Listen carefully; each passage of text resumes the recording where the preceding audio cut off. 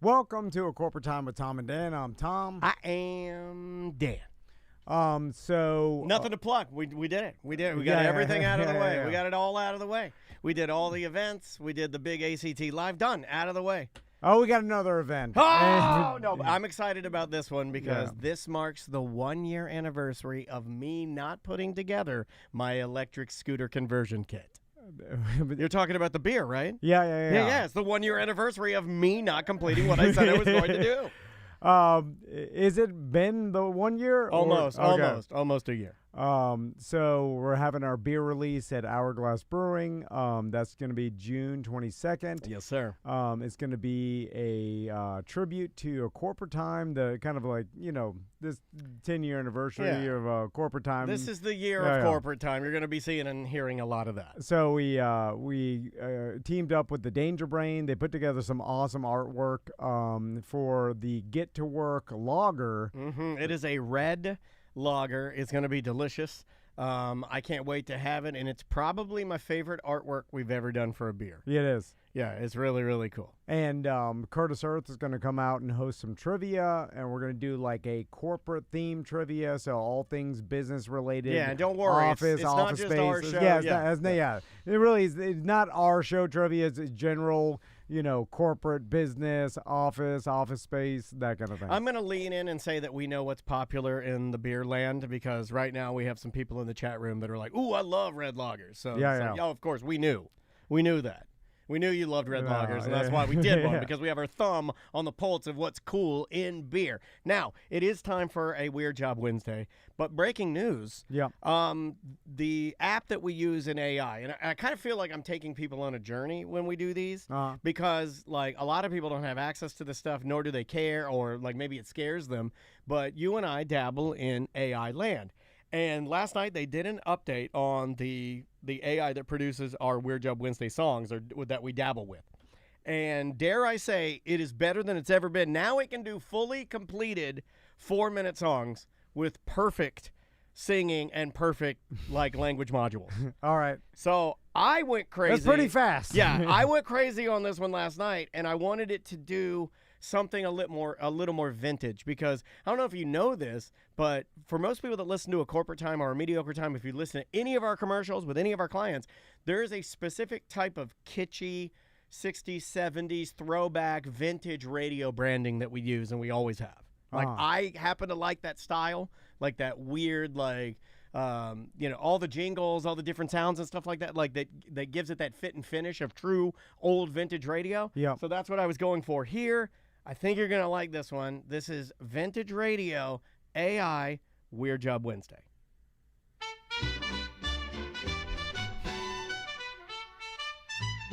Tom had a plan for fun. He called it Weird Job Day. Dan thought it was cool. Tom yelled, "No way." Strange jobs, they come around. What's your thing to do?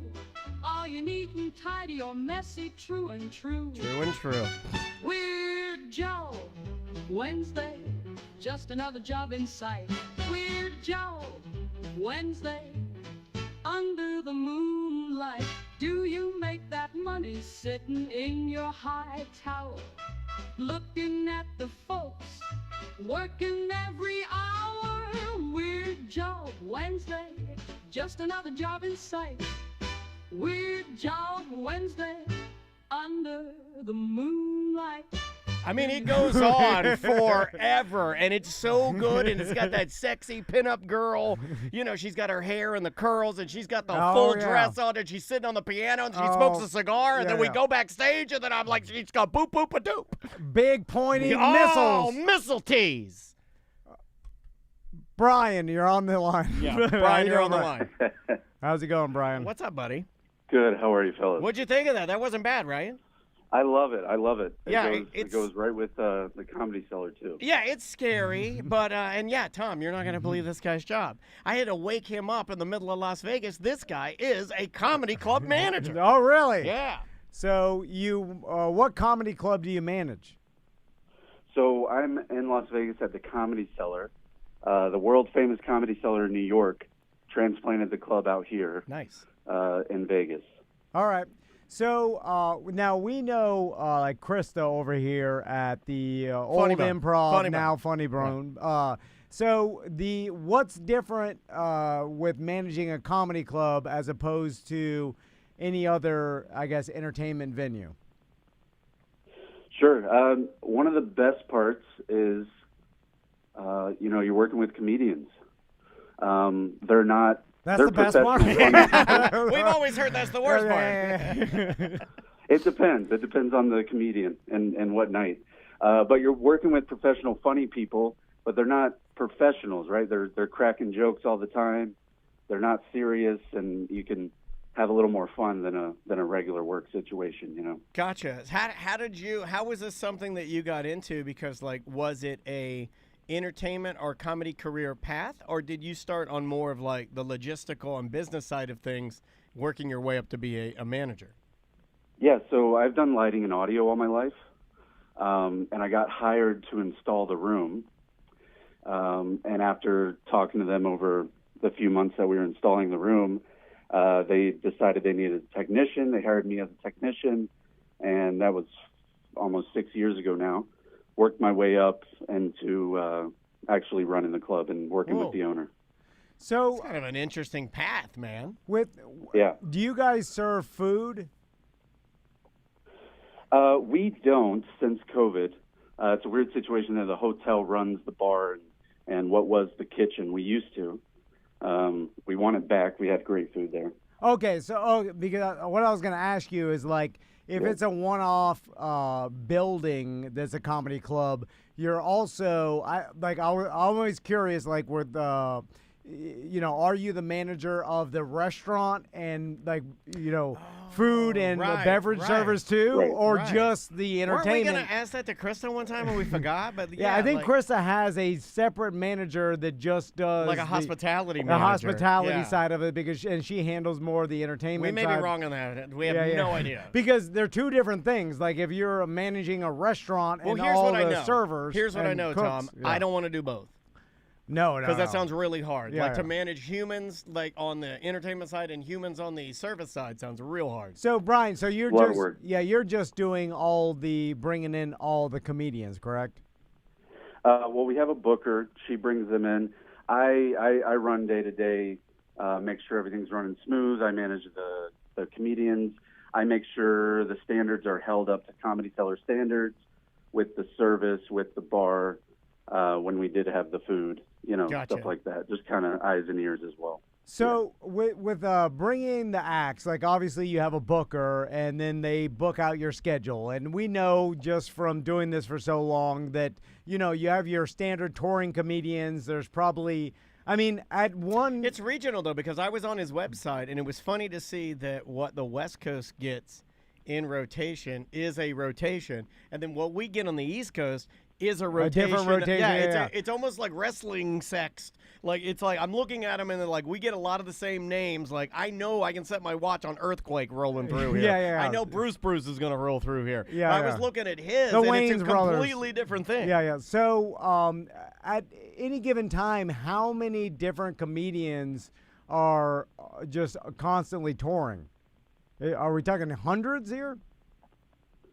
What do you mean? Just the standard touring comedians, what options do you have? Do you turn comedians down? How do you book out your particular venue? Sure. So our booker has, her Rolodex over 4 decades. She's been doing it. And we get recommendations. They also audition in New York. And if she thinks, she's the pass. If her name's Esty. She thinks you're funny, you're in. And once your week comes up and you're available, you're in for the week.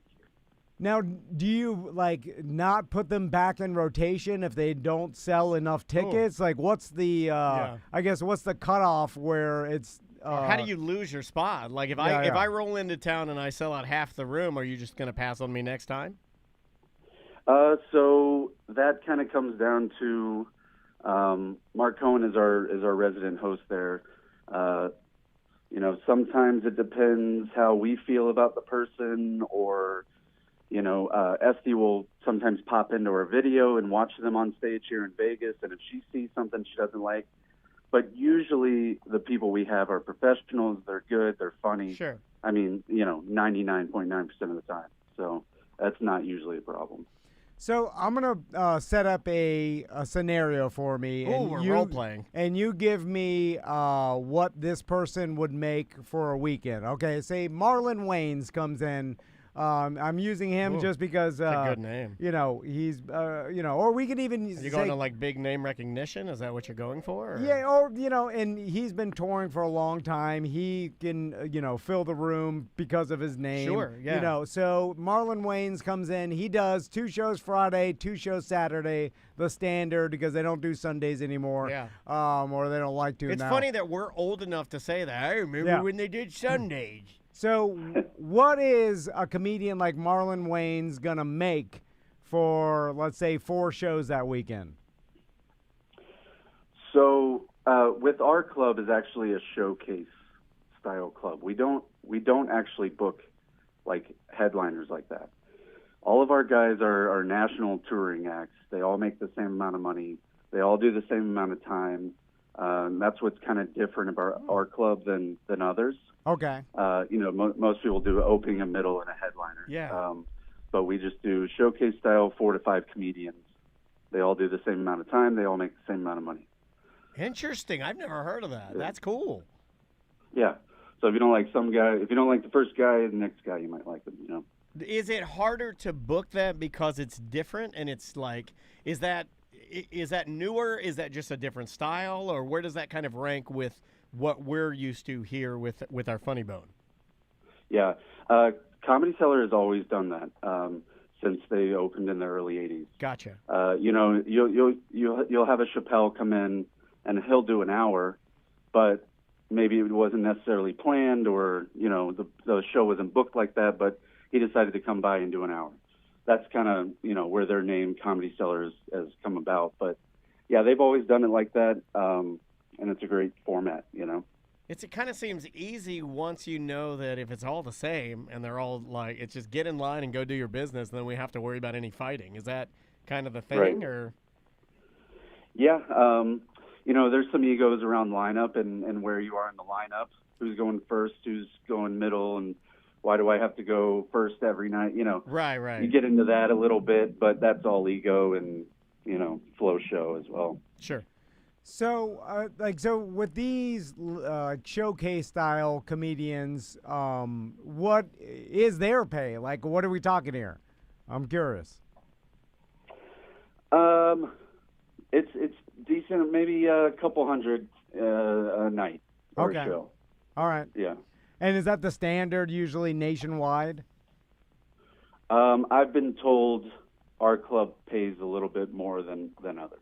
Okay. Yeah. What's the vibe like in Vegas? Is it like is it constantly packed, or is it very similar to Orlando where you're getting a lot of tourists because they just see the word comedy and go, I'm going? Yeah. Yeah.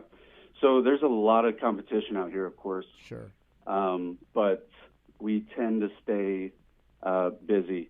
There's always tourists out here. There is kind of a crowd flow within the whole city. So every show kind of sees season up and down, depending on season and stuff. But we are very lucky and stay busy throughout the week. We have 2 shows 7 nights a week, and wow. Still stay busy. Yeah. Yeah, that is different. So you're running 4 guys, all the same. They just go up in a different set of lineup, and you're running 2 shows 7 nights a week. Yeah. Dang, that's a lot. That's a lot going on. Do you have like local comedians that you use as fillers in case someone doesn't show up or whatever, like that's constantly on call? Yeah, we book our local comedians as well. A lot of times we'll have 1 a week. They're local, or we pull from LA a lot. Sure. You have 1 guy from New York, 1 guy from LA, and somebody that's local as well. What's like what can a comedian do to get themselves blackballed from your club or from other clubs? Yeah. Or what have they done? Because you may have experienced it or said, hey, son, you're not coming back. Yeah. Yeah. Piss off the booker. Okay, yeah. she's straight business, and you do something funny, like maybe go work another club while you're working our club, or, you know, try to double dip when we paid to fly you out here and put you up in a hotel, and now you're working another club, and she finds out that's, you know, doesn't look good for you. Gotcha. Yeah. I didn't know that was a thing. So you get flown there by, you know, the club. You get off. You book another, like, I don't know. Yeah, you're already there. Yeah, you're already there. Yeah, you're in Vegas. In fact, I know a lot of comedian friends of mine that do this. I'm going to start calling them out. Sure. I'm going to start letting people know. But I gotta let people know. No, you can't be a narc. I didn't know this was a thing. That's for the purity of the act. It's for the purity of the comedy, Tom. How would you find? I guess it's easy enough because they're promoting it on their social fast. media. And everybody's petty. Other comedians will do exactly what I'm saying and rat them out. Yeah. What's the worst thing that's ever happened in your club that you like had a heckler that you had or to handle? Sure. Yeah, we deal with drunk people every night. The worst, when it gets really serious, is somebody threatening a staff member or me. You know, they're getting in your face because you're telling them to be quiet. Or one guy got shoved in the showroom and knocked over a bunch of chairs one time. That was only once. That's very rare, but we have good security. But that's the worst that it gets, is you're just dealing with drunk people. Yeah. And we all know how that can get stupid, you know. And I feel like Vegas is like, it's like they all know it. It's like you know, it's just like I feel like that city is made for handling drunk people. It's like even people that are in Vegas, like your regulars, would know. Oh yeah, we know how to handle this. Yeah, because we see it every minute of the day. So yeah, you see him walking up from a mile away. Yeah. Any famous people stop in there that you have to deal with, as far as like getting them in, getting them a table, sitting them up front, or hiding them and not letting people know that they're there? Yeah, we have people stop by. Usually, you know, somebody on the lineup will be good friends with them. We just walk them back to the green room. Brad Garrett has a club in town. He's come by. Bill Burr stopped in. Oh, nice. Whitney Cummings. You know, and oddly enough, people are very respectful most of the time, and you know, they'll just see him and just kind of say hi. Or yeah, it's funny we say oddly enough, but like Tom and I have been sort of preaching that for a minute, where it's like, yeah, I mean, of course it is. It's like in real life, everybody's pretty darn cool. Yeah, and also, exactly. People are most likely not going to hound someone. And like, it's been very rare. The number of celebrities that have been like despicable to me is like maybe one. You know, like it's not really a thing. How does it work with a big name comedian wants to go up and do some time? Does everybody just get bumped because you're like, I have to, you know, put this person up here because the audience will love it? Sure. Majority of the time, you know, somebody that's bigger coming in will be respectful and just do, you know, 10 minutes or so, and everybody kind of appreciates it because they get to meet them as well if they've never met them, the comedians, and you know, it's more of a respect thing among the industry. Craig Robinson comes in every once in a while. He likes to play the piano for about an hour after the show is supposed to be over. It's always fun though to watch him. Yeah. But yeah, that's always it's a well-known thing. That's cool, man. How do you like living and working in Vegas? Is it something you very much enjoy? I mean, does it take a special person to be able to do that every day, or do you gamble at all? A little bit. You can't get into it too much. Just enough to have fun. But I actually grew up in Orlando. It's like living on Cocaine Mountain, Tom. It's like you just gotta like dabble a little bit. You never go full Cocaine Mountain.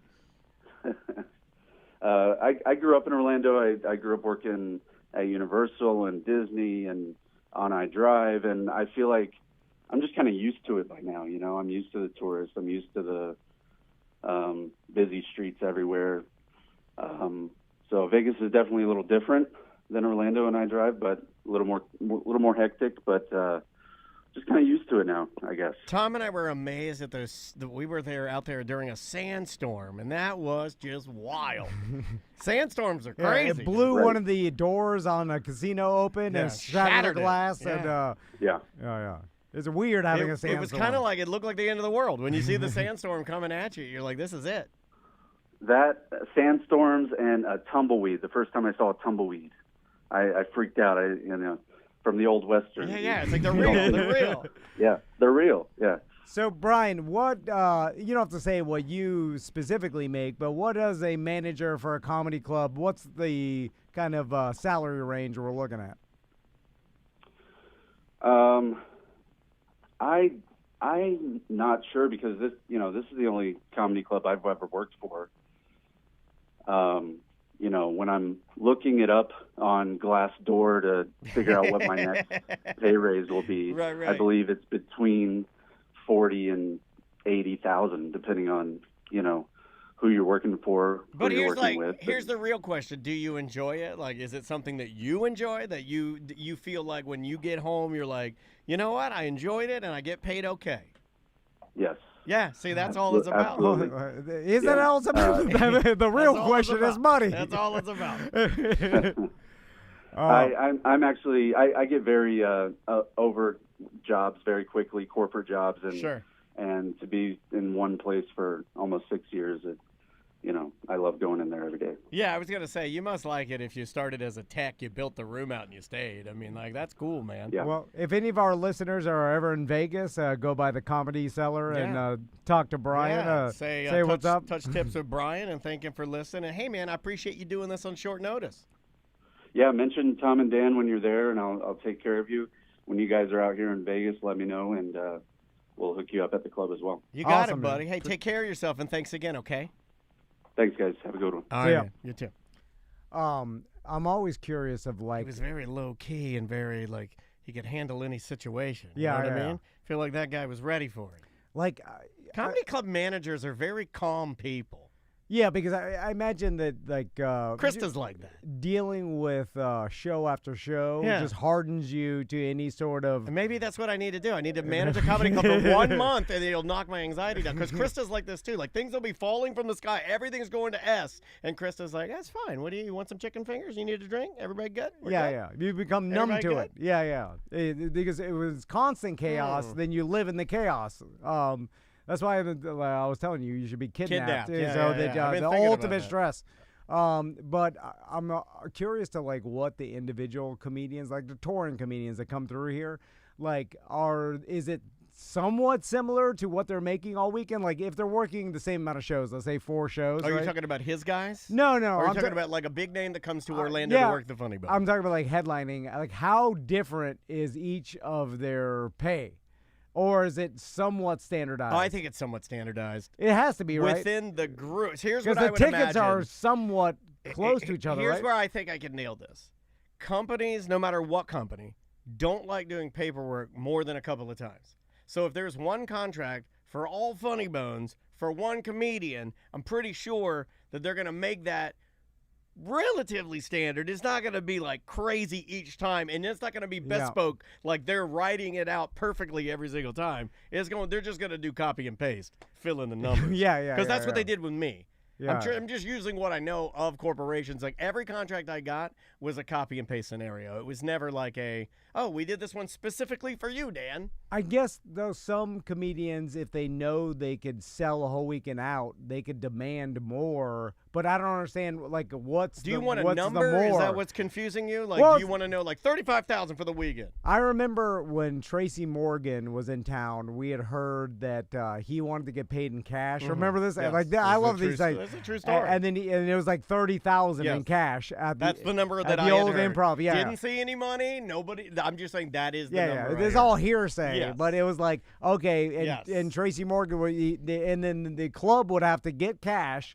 It was a pain in the ass to get You know how hard $30,000 it in is to cash, do it. It was hard for me to get $2,000. I just needed $2,000 cash. and then give it to them. And then so other comedians have different writers, and we've talked to Chris about that. Like there's a comedian that wanted a new pair of shoes, once a night. That's Or like one whatever. of the only ones they told me not to say that. And then sometimes it's like the comedian will just get the ticket sales, right? Mm-hmm. And then like because the club obviously they just want to fill it and get that all the drinks, they just want the alcohol, drink and food. You know? Yeah, and like he said, like a lot of these places, a lot of the comedy clubs would secretly try to up their kitchen and make it okay or better than okay. Yeah. So they could make that extra money. Yeah. That's why you normally hear, for the most part, I know there are exceptions, but like the Improv or now Funny Bone, this guy, he says, oh, the food was, you normally hear them say that. Oh, the food's pretty good. Yeah. They try to get that extra coin. It's smart because you're in there.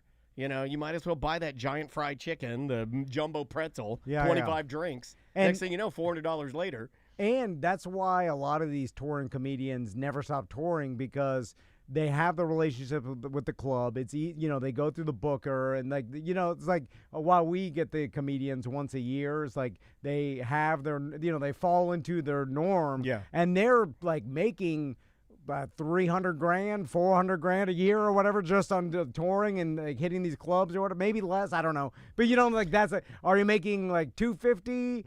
It depends on your name or whatever. But that's pretty good Nobody's cash. ever really told us though. We've always wanted somebody to tell us, almost like show us the receipt. Yeah. I was at the Orlando Funny Bone. I did 2 nights. I did a Friday, Saturday. I did 4 shows, and I made $28,000 for the weekend. Yeah. Like that would satisfy me, and I'd be like, I'd shake their hand and be well done. That's great. And then like, how different is that than so then I went the down. others? I went down the road. Yeah. I went to Tampa, and I did the same thing, and I made $27,000 again, or I made $35,000, or I made $41,000, or it just depends on the city size. Yeah, I don't know. I don't. That I cannot tell you. But if I had a guess, I would guess that they're all relatively the same, just because. Even for taxes, they want it under the same name, and they want it yada, yada, yada, same. And I guess it's all dependent on ticket sales, right? Like, I think their pay is directly related to the amount of tickets they sell. Don't they have incentives for selling it out, too? Aren't there, like, bonuses? There's because I've heard that's all different, too. This sounds oddly like radio. And it's scary. Yeah, like the entertainment contracts. Yeah, I don't like entertainment contracts. I've been destroyed by them before. But all these, comedians have agents. What?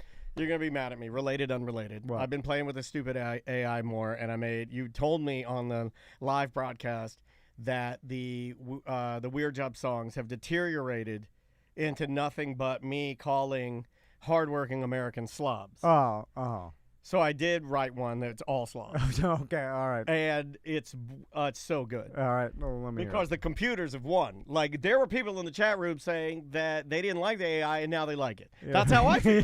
Just when I start to hate it and I stop playing with it, it's getting exponentially better. It's getting better. So by day. I got mad at you, and I wrote this one because it's all slobs. It's just here. Just tell me what you think.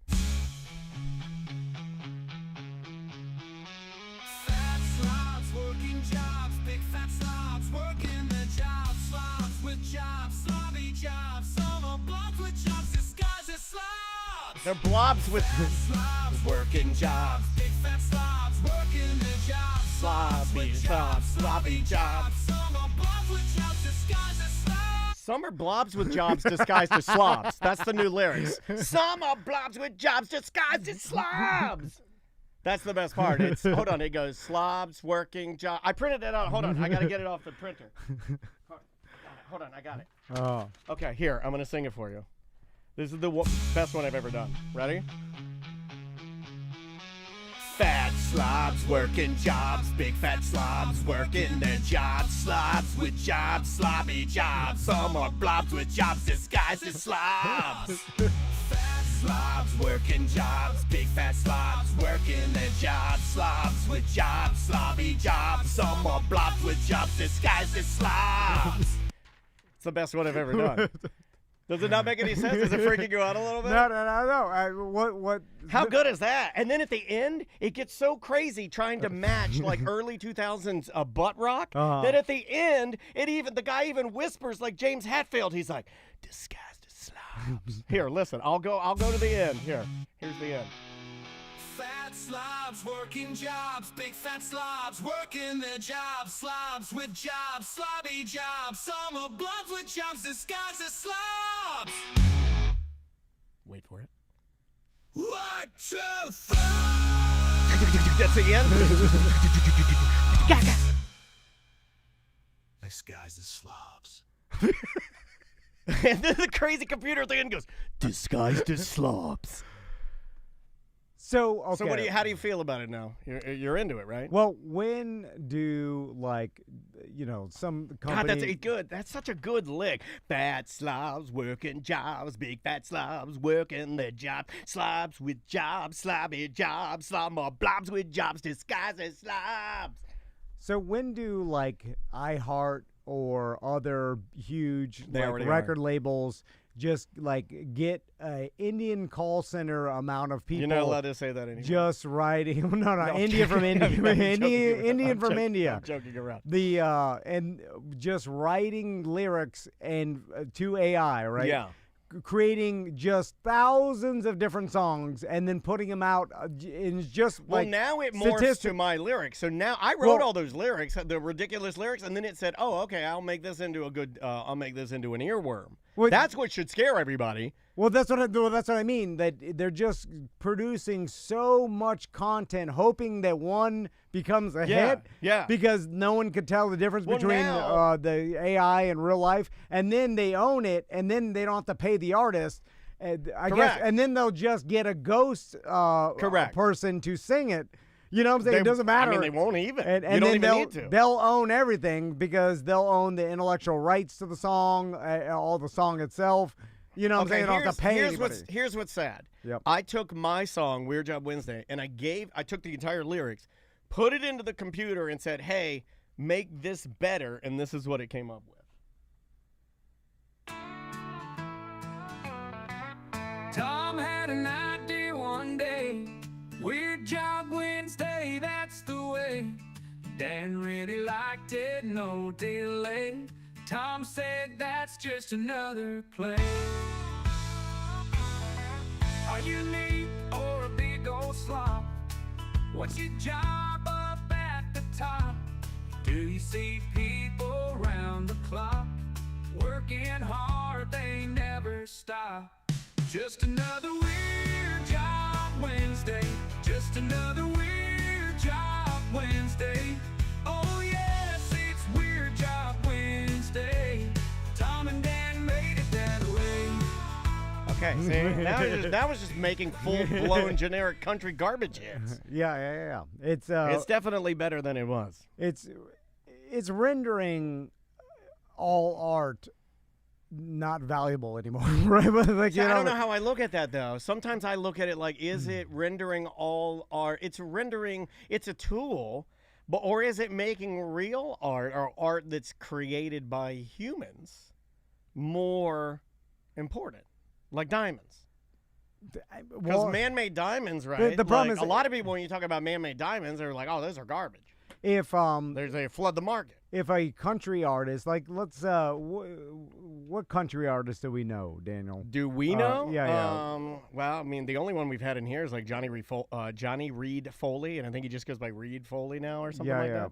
What's the guy with the beard? We know Matt Woods. Yeah. Let's say Matt Woods. Yeah. Wrote us a Weird Job song. Matt Woods hates AI. I bet he's outlaw country. But and then he's like, how much to commission this Weird Job song? I mean, how much would he charge us? Probably $1,000 or whatever. He should. That's what I would say. He should charge us $1,000. And then he writes a Weird Job country song, right? And then we have thousands of different AI songs to choose from, and then we put them all in, a randomizer, and then showed them to someone. And they're probably going to grade them all somewhat the same, right? And are they going to grade Matt Woods high, like exponentially higher? I don't know. Because we created, I'd have to hear the song. Hundreds or thousands of them for free, and then we paid one for 1,000. You know what I'm saying? Like the average person is probably going to grade them close to the same, and then it's like, all right, well, we devalued the humans one by we're creating so many AI. So we should probably stop using it then. Well, no, there's no stopping. This is going to get exponentially better until the point where it's already doing it. Yeah, no, to the point where it's indistinguishable from humans at all. And then it's close now. I mean, it's pretty damn close now. If you played that to the only thing a random old man in town, he would 100% believe that's a real person. There's a lot of random dumb old men in town. The thing that I can tell that it doesn't have is like song structure. It's almost there. That's what got better this time. Is that like now when you give it lyrics, it'll take what you have and line up your. It used to not always line up your rhyming words correctly. Yeah. Now it'll take your rhyming words and it'll see how I put them together and it'll line them up. So it's pretty it's pretty impressive to test it and see where it goes. Yeah, it'll be interesting. I just wonder what's going to happen with it because everybody I see is like nervous. You know, we were talking with Ryan Holmes and his lovely wife, and she's a graphic designer, and she was like, "Oh no, it's coming." You know, they were both like, "Oh God, it's coming for her job." Yeah. And I don't know. I don't know what I think because I don't know if it's it is, but is that going to open up something else? Are you going to have to be able to pilot it? Because it doesn't just randomly sit there and make these songs on its own. No, I know, but that's not a thing. But it just devalues the artist. But it doesn't devalue the idea though, because the idea still has to go inside there.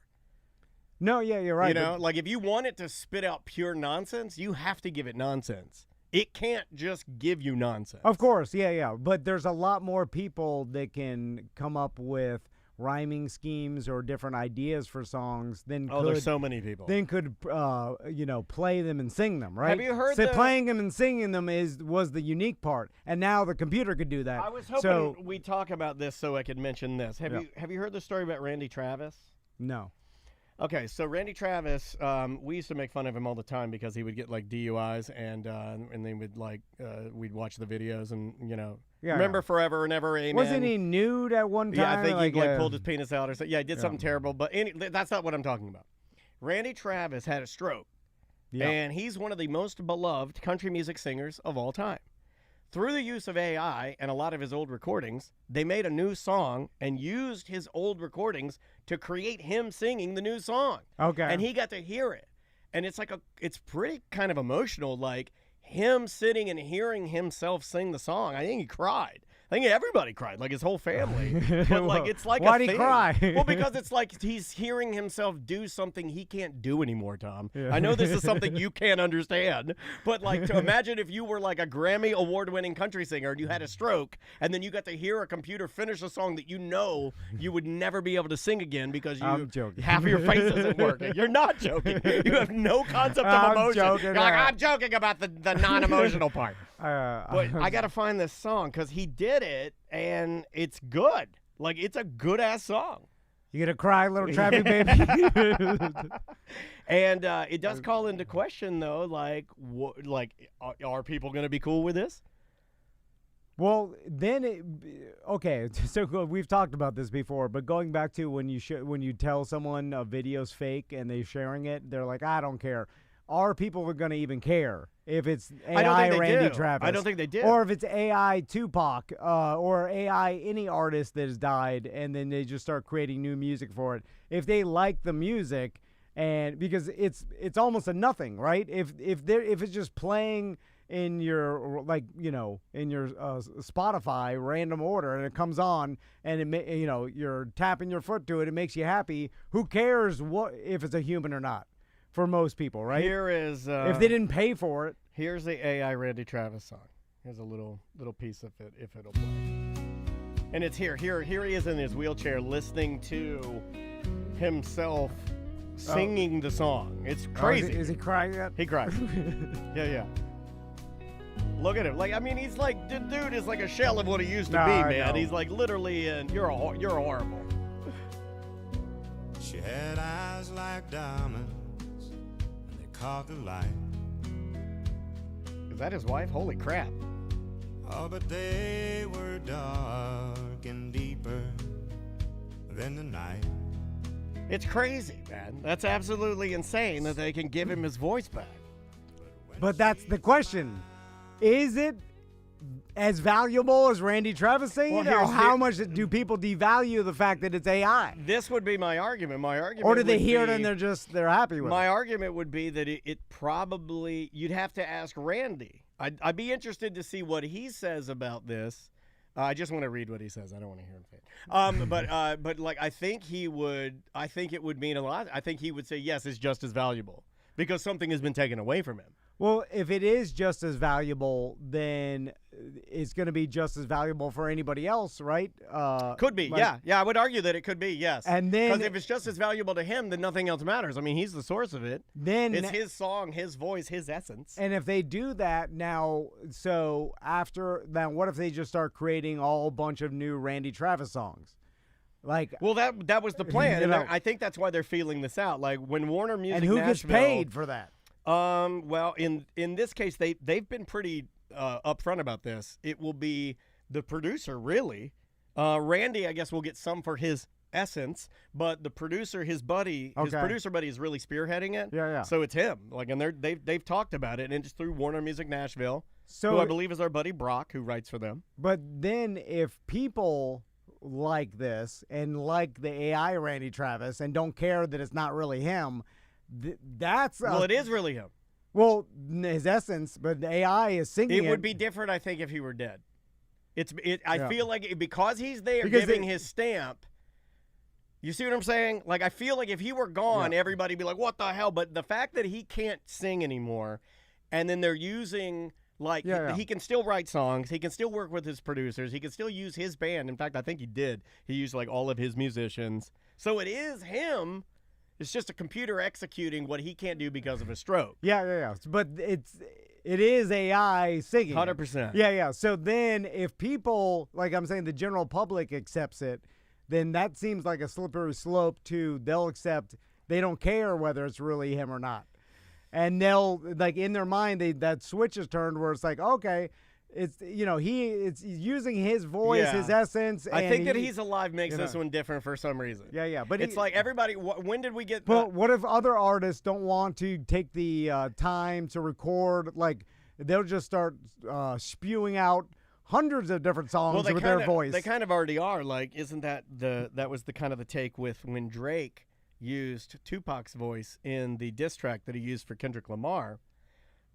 He got a lawsuit. Because I think, you see what I'm saying? I think it's different. It's I think when you take a dead person and use it without their wishes, is this the only way right now? We'll get there later when we're on down the AI track. But for right now, I think guy who's still alive who can't sing using AI to sing, I'm okay with that. Or let's say Madonna, Cher, I'm trying or even Kiss is doing it right now with the fact that they made themselves physically immortal. I would imagine that they would be in line to do it. AC/DC, or any of these bands, iconic brands, right? And they just use AI to create new songs and flush them out until people like one of them, right? And then, or they get together enough for an album. Yeah. But it's completely done by AI. Yeah. And the music, the vocals, or whatever, are people gonna find that as valuable as the band? They will. And then if that happens, well, they will. The reason they will is we've already tested this. When people were playing synthesizers, people were like, "Well, that's not a real piano. That's fake. That's fake piano music."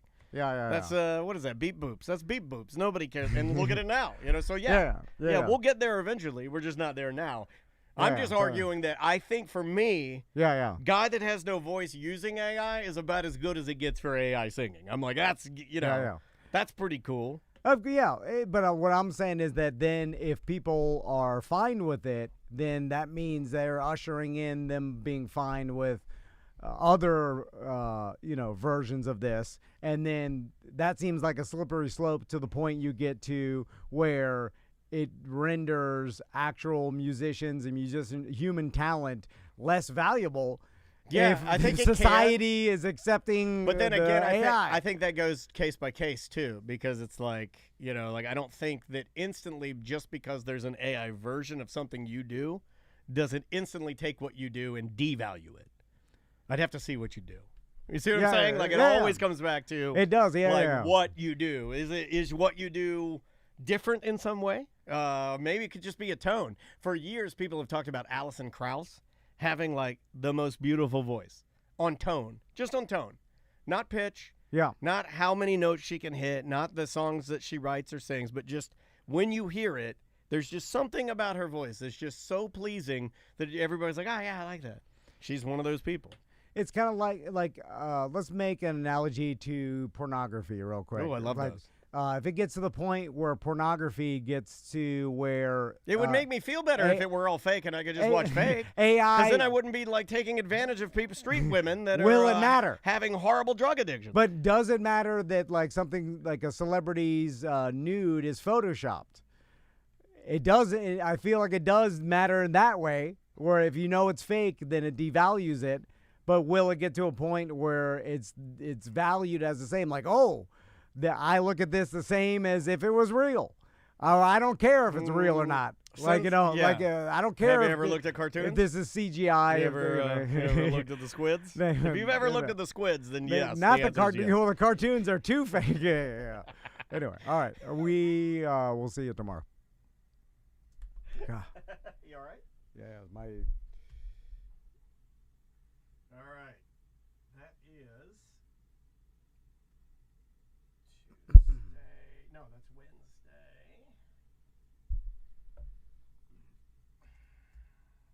Are we taking lunch? We can do Tuesday 1 and just do voicemail. Okay. Because I got this huge mess to clean up.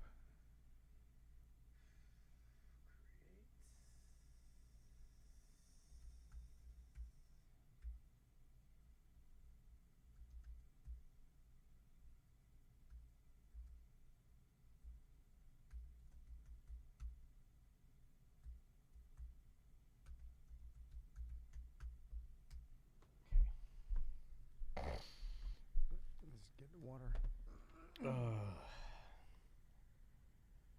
Oh yeah, Ghost. Absolutely. When Kiss is done, yeah, that was the first thing I thought of with the Randy Travis thing. Is I was imagining that Kiss was probably already taking all of the a cappella tracks from all of their albums and loading them into computers to make vocal modules of each of them.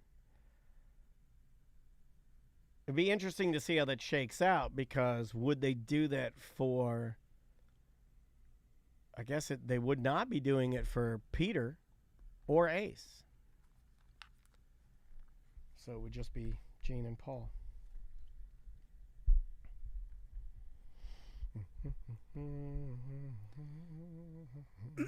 It goes even further to, would people in the future ever watch an AI football game or sporting event if they were able to be convinced that it's completely random? Every player is AI, so there's no way to. They already will. They already do. Do you know one of the biggest games is the EPL Manager, and it's all random, and it's like one of the highest selling video games of all time, and people just sit there and watch little dots moving around that aren't even real. Yeah. It's on Twitch right now, dude. We could go there'd be 1,000 people watching it. Yeah. Not even real football. So Manchester United versus Arsenal, and it's fake. Yeah. And it's big money. It's fucking one of the biggest selling video games of all time. Phil Rollins used to play it all the time. So I think to answer that one, yes. Well, it sounds ridiculous. It also feels more random to me than regular sports, because humans are flawed. Yes, give me the random sports. But will it have the same value? Well, you can't get it on the take. You can't get that little dot, that little zeros and ones. It can't be taking money. So it's a pure bet. Well, there's no edge because it's really random. Well, but I'm saying, would the viewer, like, I'm saying like where you're watching a EPL game. Depends on your age. If you're no. But if you were born in 2015, yes, because it's the way the world is now. So digital sports is a thing. I don't know. I'm just riffing. That's what I always do. Is I just rip an argument. But I do think that, because the way Maisie interacts with iPad is different than the way I do. Okay. Voicemails, you said. Marble races. Hell yeah. Oh, Jack, are you watching those on Twitch right now? The EPL Manager's fucking good, dude. Okay. Let me get voicemails.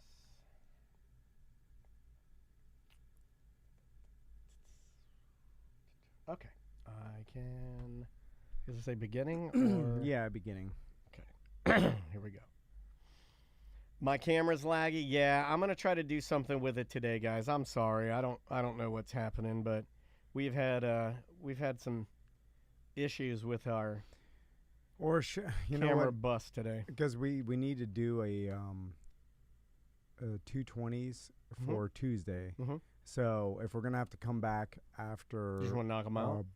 Break. No, I was saying we'll just come back at 1 and then do the 220s. That's fine. Because if we have to broadcast on Twitch, then it's not worth it doing 120 after a break. Fair enough, guys. So we're gonna take a break. I'll get to digging in on this end to see if I can figure out what's wrong. Butthole cam is not plugged in, Jackal. That's funny that you thought of that, but I thought of that too. I unplugged everything. So guys, we'll take lunch early. Thanks for hanging out with us. Sorry about that, and we'll be